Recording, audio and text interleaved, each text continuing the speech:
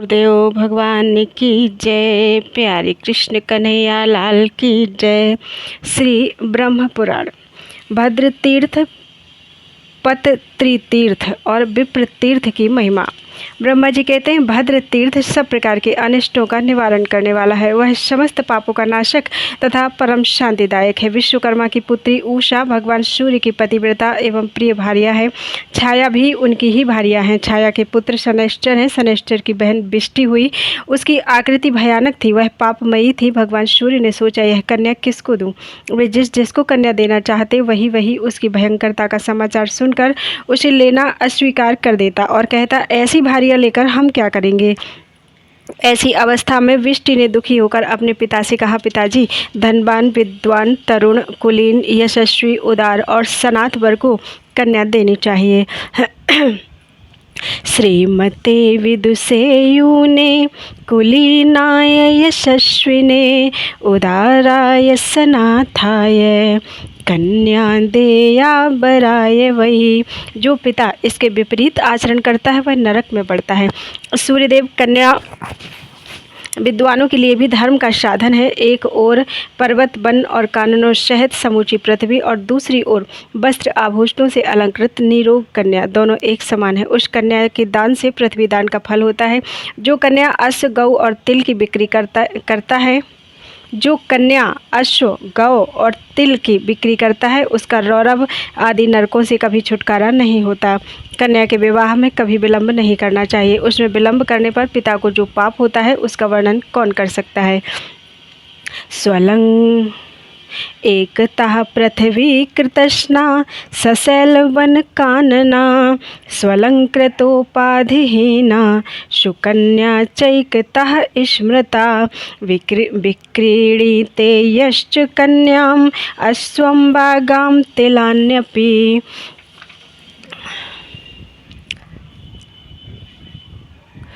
कन्या के पिता जो उसके लिए दान पूजन आदि करते हैं वही सफल समझना चाहिए। कन्याओं को जो कुछ दिया जाता है उसका पुण्य अक्षय होता है।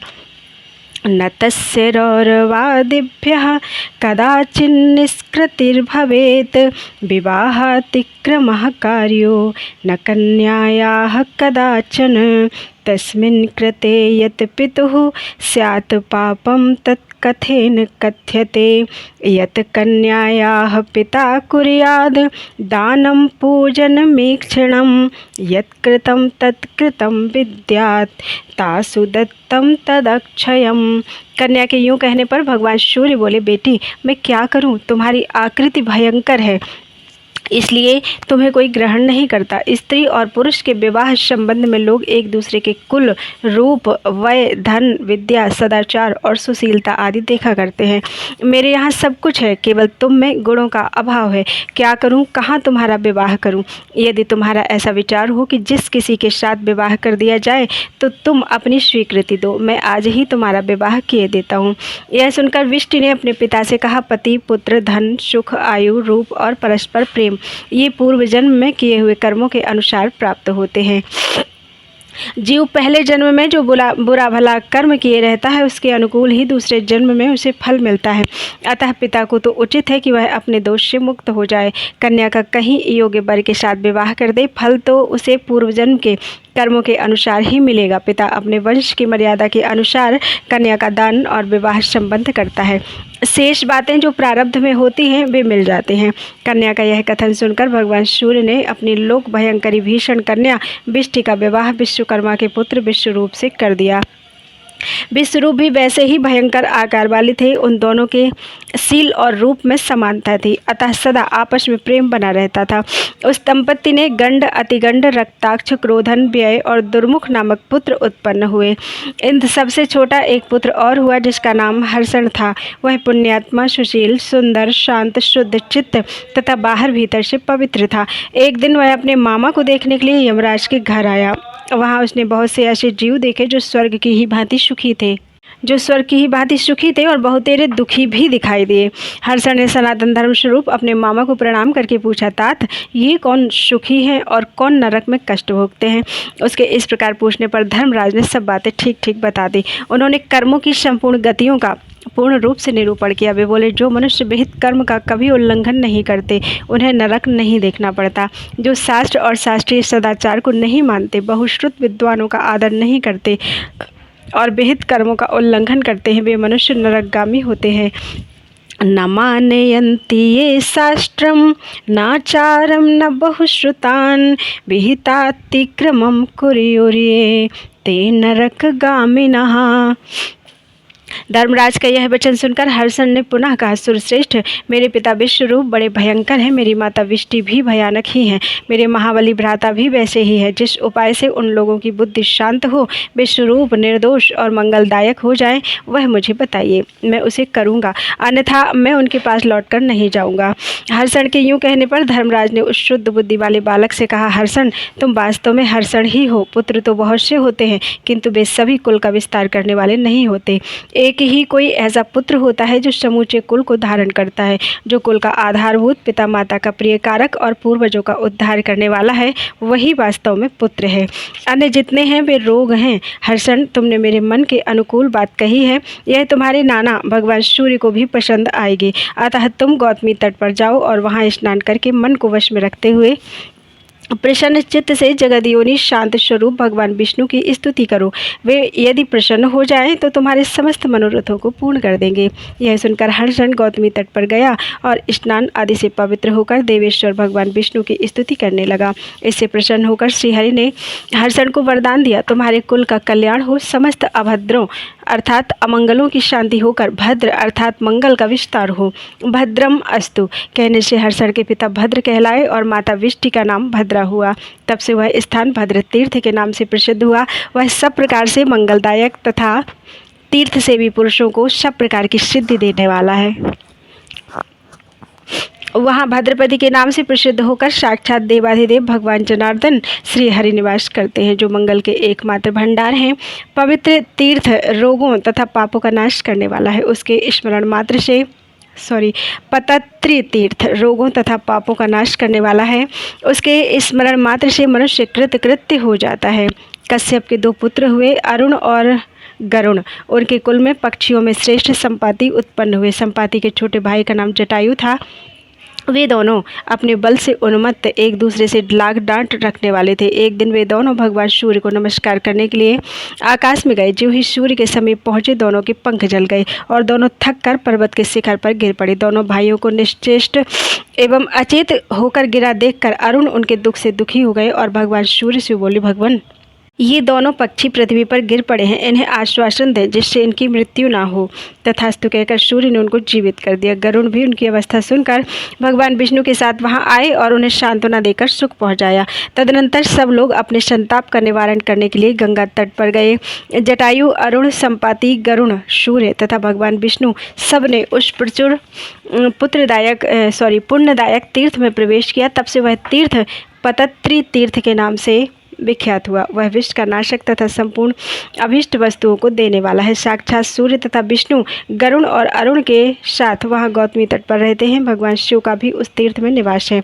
इन तीनों देवताओं की उपस्थिति से वह तीर्थ बहुत उत्तम हो गया है। जो वहाँ स्नान करके पवित्र होकर उन देवताओं को नमस्कार करता है, वह आदि व्याधि से मुक्त होकर परम सौख्य का भागी होता है। गौतमी के तट पर विप्र तीर्थ भी बहुत विख्यात है। उसे नारायण तीर्थ भी कहते हैं। उसका उपाख्यान आश्चर्य में डालने वाला है। अंतर्वेदी अर्थात गंगा यमुना के बीच के भूभाग में एक ब्राह्मण रहते थे, जो वेदों के पारंगत विद्वान थे। उनके कई पुत्र हुए, जो बड़े विद्वान, गुणवान, रूपवान और दयालु थे। उनमें जो सबसे छोटे भाई थे, वे अनेक गुणों से संपन्न, शांत, सर्वज्ञ और परम बुद्धिमान थे। उनका नाम आसनदेव था। आसनदेव के पिता उनका विवाह करने के लिए प्रयत्नशील थे। इसी बीच में एक दिन रात को ब्राह्मण कुमार आसनदेव सोए हुए थे।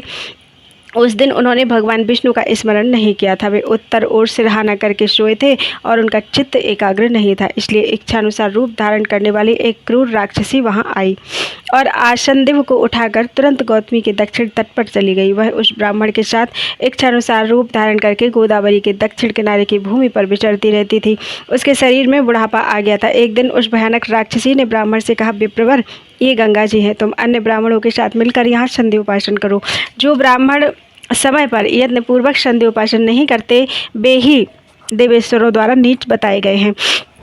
वे चांडालों से भी बढ़कर हैं। तुम यहाँ सब लोगों से मुझको अपनी जन्मदायिनी माता बतलाना, नहीं तो अभी तुम्हारा नाश हो जाएगा। द्विजश्रेष्ठ, यदि मेरी बात मानते रहोगे तो मैं तुम्हें सुख दूंगी और तुम्हारा जो प्रिय कार्य होगा उसे भी पूर्ण करूंगी। कुछ काल के बाद फिर मैं तुम्हारे देश में, तुम्हारे घर में और तुम्हारे गुरुजनों के पास पहुँचा दूंगी। यह मैं सत्य कहती हूँ। ब्राह्मण ने पूछा, तुम कौन हो? कामरूपिणी राक्षसी ने कहा, मेरा नाम कंकालिनी है।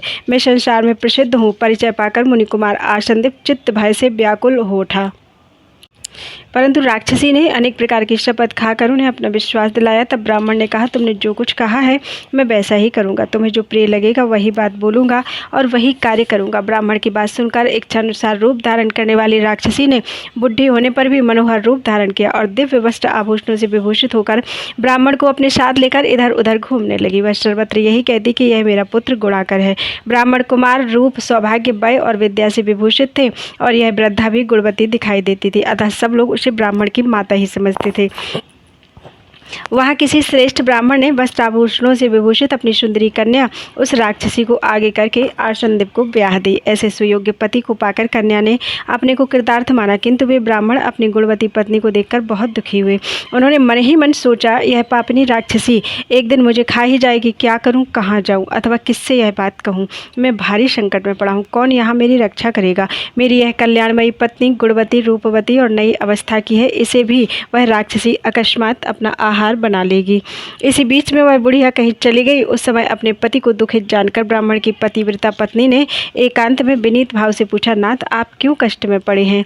ठीक ठीक बताइए। ब्राह्मण ने सब बातें विस्तार के साथ बता दी। प्रिय मित्र और कुलीन पत्नी से कौन सी बात अकथनीय है? पति की बात सुनकर स्त्री ने कहा, प्राणनाथ, जिसका मन अपने वश में नहीं है उसको तो सब और भय है। वह घर में भी निर्भय नहीं है, परंतु जिन्होंने अपने आत्मा पर अधिकार प्राप्त कर लिया है उन्हें किससे भय है? वह भी गौतमी तट पर, जहाँ कितने ही वैष्णव, विरक्त और विवेकी पुरुष निवास करते हैं। यहाँ स्नान करके पवित्र होकर भगवान नारायण की स्तुति कीजिए। यह सुनकर ब्राह्मण ने गंगा में स्नान किया और गौतमी के तट पर भगवान नारायण का स्तवन आरंभ किया। नाथ, आप इस जगत के अंतरात्मा हैं। मुकुंद, आप ही इसकी सृष्टि और संहार करने वाले हैं। अनाथ बंधु नरसिंह, आप ही सबके पालक हैं। मुझ दीन की रक्षा क्यों नहीं करते? यह प्रार्थना सुनकर संसार का शोक दूर करने वाले भगवान नारायण ने सहस्र अरों वाले तेजोमय सुदर्शन चक्र से उस पापनी राक्षसी को मार डाला और उस ब्राह्मण को अभीष्ट वरदान देकर उसे माता पिता के पास पहुंचा दिया। तब से वह स्थान विपरीत तीर्थ और नारायण तीर्थ के नाम से प्रसिद्ध हुआ। वहाँ स्नान, दान और पूजा आदि करने से मनोवांछित फल की सिद्धि होती है। बोलो वृंदावन बिहारी लाल की जय।